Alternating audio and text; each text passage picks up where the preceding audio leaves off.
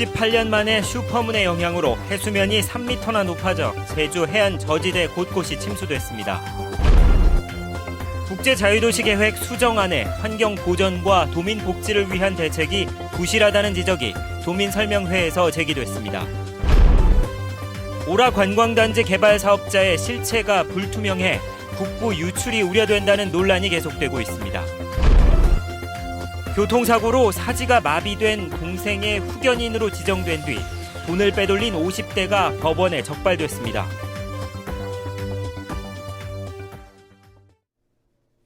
여러분 안녕하십니까? 뉴스데스크 제주입니다. 지구와 달 사이의 거리가 68년 만에 가장 가까워진 슈퍼문의 영향으로 제주 지역 해수면이 3m 이상 높아졌습니다. 도로와 주택 곳곳이 바닷물에 잠기는 바람에 해안 저지대 주민들은 불안에 떨었습니다. 김찬현 기자입니다. 거센 파도에 실린 바닷물이 해안마을 턱 밑까지 차오릅니다. 돌담에 부서지는 파도가 금세 건물을 집어삼킬 듯 달려듭니다. 해상에는 풍랑주의보까지 내려져 높은 파도가 담벼락을 넘어 주택까지 위협하고 있습니다.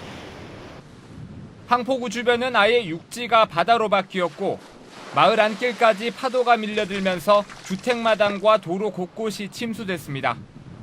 예, 아직까지는 괜찮습니다. 아직까지는 괜찮은데 지금 안전 겹치고 해가지고 물 들어올까나 혹시나 싶어서 그렇게 해서 나왔어요. 해안 저지대는 곳곳이 바닷물로 넘쳐났고 바다와 가까운 도로는 차량 운행이 통제됐습니다. 바닷물이 하천으로까지 밀려온 데다 높은 파도가 쉴 새 없이 몰아치면서 인근 주민들은 불안에 떨었습니다. 조금은 불안해요. 옛날답지 않아서. 요즘은 물이 너무 많이 넘치니까. 옛날엔 조금씩밖에 안 넘쳤었거든요. 68년 만에 슈퍼문에 풍랑주의보까지 겹치면서 제주 바닷물 수위는 당초 예측보다 20cm나 더 높은 3m 37cm나 상승했습니다. 저기압이 형성될 경우에는 수면을 누르고 있던 힘이 작아져서 조위가 더 높아질 수 있고 강풍이 발생할 경우에도 바닷물을 한쪽으로 모으는 효과가 나타나기 때문에 실제 해수면은 더 상승할 수 있습니다. 국립해양조사원은 오는 18일까지 만조 시간대인 오전 11시에서 오후 1시를 전후해 해수면이 3m가량 높아지겠다며 해안 저지대 주민들은 각별히 주의하라고 당부했습니다. MBC 뉴스 김찬현입니다. 최근 중국 자본의 제주 장악과 난개발 논란이 일면서 제주도가 홍콩과 싱가포르를 모델로 삼았던 국제자유도시 종합계획을 수정하기로 했습니다. 그런데 수정된 계획에도 환경 보전과 도민 복지를 위한 대책은 여전히 부실하다는 지적이 나오고 있습니다. 박주연 기자입니다. 2021년까지 추진되는 제2차 국제자유도시 종합계획 수정 계획안. 보전할 곳과 이용할 곳으로 구분하는 계획 허가제와 해안변 그린벨트를 도입하는 환경자원 총량제가 포함됐습니다. 하지만 제주도가 수용할 수 있는 인구와 관광객이 얼마인지 명확한 기준이 없다는 지적이 잇따랐습니다. 사실 지금 제주도가 안고 있는 가장 큰 문제가 이제 주택 문제든 교통 문제든 이런 인프라에 대한 좀 한계가 있습니다. 그래서 총량제 문제를 다루실 때 이게 전체적으로 제주도에 얼만큼 들어와서 어느 정도가 적정한지에 대한 이런 캐링 캐패시티 같은 것들을 측정하고 기본 데이터베이스가 베이스 데이터가 오류가 되면은 모든 정책이 오류를 범할 수 있는 거 아닙니까? 근데 환경자원 총량 관리 시스템을 구축하겠다 해놓고 어디에 어떻게 무슨 근거로 환경자원 총량 관리 시스템을 하겠다는 건 의의가 없어요. 렌터카를 전기차로 바꾸는 정책은 기업에 대한 특혜이며 늘어나는 인구에 비해 일자리 창출 목표가 적다는 주장도 나왔습니다. 그중에 이제 취업률이나 이제 미취업률 이런 걸 계산하다 보면 도내에서 지금 청년들이 조금 지금 자기가 할 일을 못 찾고 있는 청년들이 매년 5,000명씩 계속 증가하는 걸로 제가 알고 있거든요. 한편 설명회에는 참가자가 적어 동원된 공무원들이 좌석을 채웠고 당초 예정 시간의 절반인 1시간 만에 끝났습니다. 그래서 여기 좀 일이 없대는데 우리도 뭐 업무에 관련되겠는 거니까 그렇게 관련된 가져오니까. 제주도는 연말까지 수정 계획안을 마련해 도의회에 제출할 예정이지만 내용이 부실한 데다 의견 수렴도 형식적이라는 지적이 일면서 논란은 계속될 것으로 보입니다. MBC 뉴스 박주연입니다.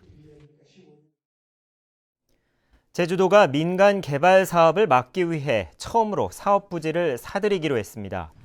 제주도 공유재산심의위원회는 애월읍 상가 관광지 조성 사업 부지 18만 제곱미터를 제주 환경 보전과 중산 간 난개발 방지를 위해 115억 원에 매입하는 안건을 원안 의결했습니다.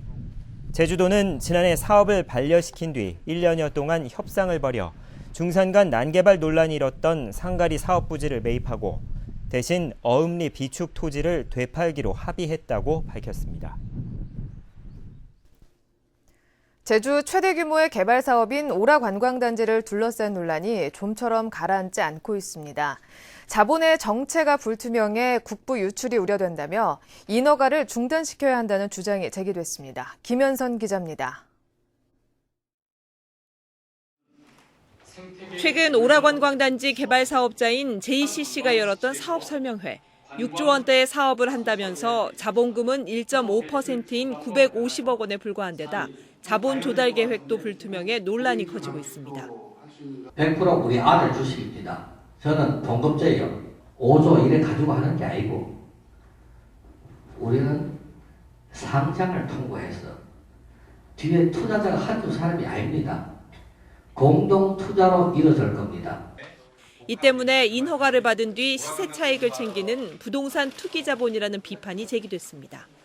외국 영리법인의 과실 송금이 허용된 상황에서 정체불명 회사에 국부가 유출된다는 겁니다.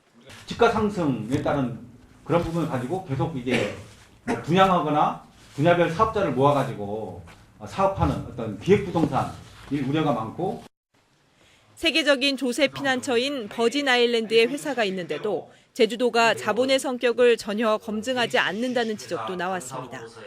이 950억 원에 대한 실체적인 주인을 알아야만 이 자본의 성격을 알 수가 있고 이 부분에 대해서 사업 추진 여부가 결론나는 거고. 제주도와 JCC가 정보를 공개하라는 요구가 잇따르고 있는 가운데 각종 의혹이 난무하는 자본의 실체가 밝혀질지 주목됩니다. MBC 뉴스 김현선입니다. 최근 제주 시내 공원에서 같은 또래 청소년들에게 집단 폭행당한 여중생은 억지로 술을 마신 뒤 폭행을 당한 것으로 드러났습니다. 제주시 교육지원청은 피해 학생이 거부하는데도 함께 있던 청소년들이 억지로 술을 마시게 한 뒤 술에 취해 정신을 차리지 못한다며 구타한 것으로 파악됐다고 밝혔습니다. 교육청은 이번 사건에 5개 학교의 학생들이 연관돼 공동 학교폭력 전담기구를 구성해 조사 중이라고 밝혔습니다. 장애나 치매 등 정신적 제약이 있는 성인을 돕기 위한 성년 후견인 제도가 운영되고 있는데요. 장애인의 친형인 후견인이 이 제도를 악용해서 돈을 빼돌린 사례가 전국에서 처음 적발됐습니다. 권혁태 기자가 보도합니다. 제주공항 인근의 한 신축 빌라. 52살 현모 씨는 지난해 2월 2억 3천만 원을 주고 빌라를 샀습니다. 그런데 빌라를 사는 데 쓰인 돈은 현 씨의 돈이 아니었습니다. 돈의 주인은 5년 전 교통사고를 당해 뇌병변 장애를 입은 현 씨의 친동생.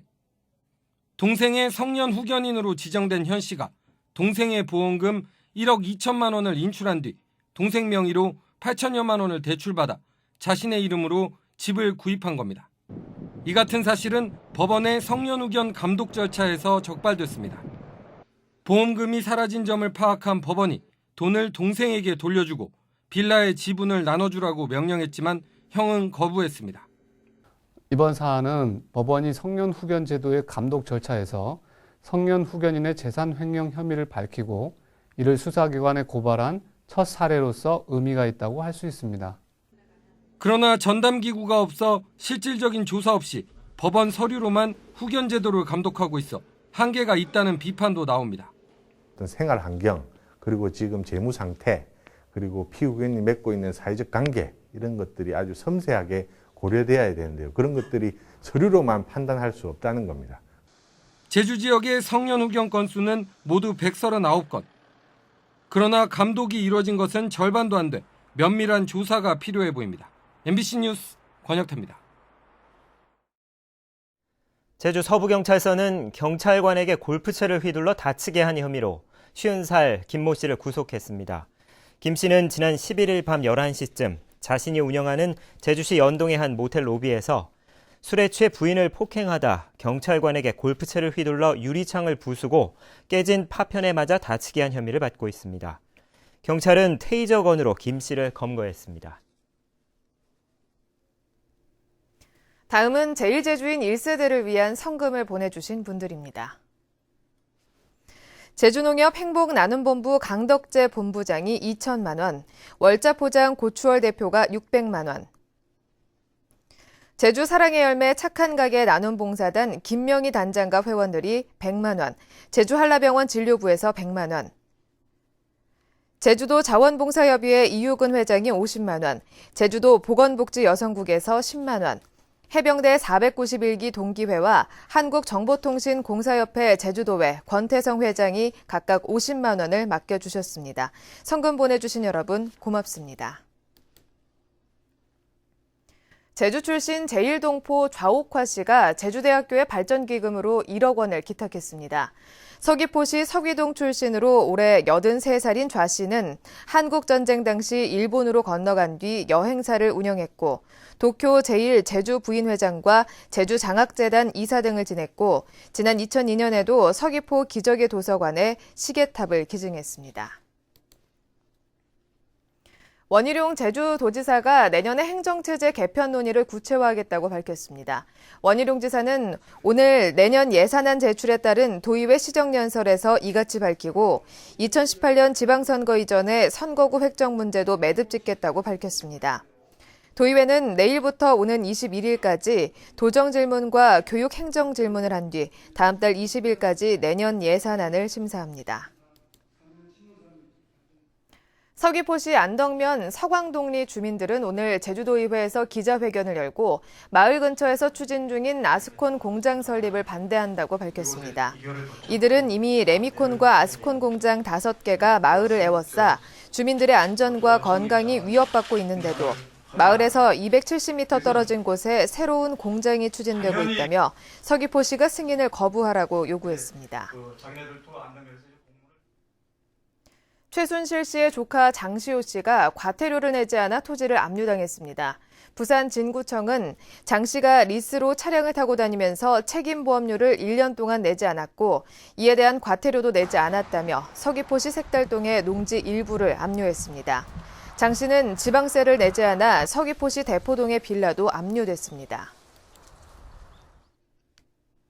제주해양경비안전선은 배타적 경제수역에서 허가 없이 조업한 혐의로 중국 범장만 어선 한 척을 납포했습니다. 이 어선은 어제 저녁 7시쯤 제주시 사기포 남서쪽 해상에서 물고기를 잡다 적발됐습니다. 뉴스데스크 제주를 마칩니다. 고맙습니다.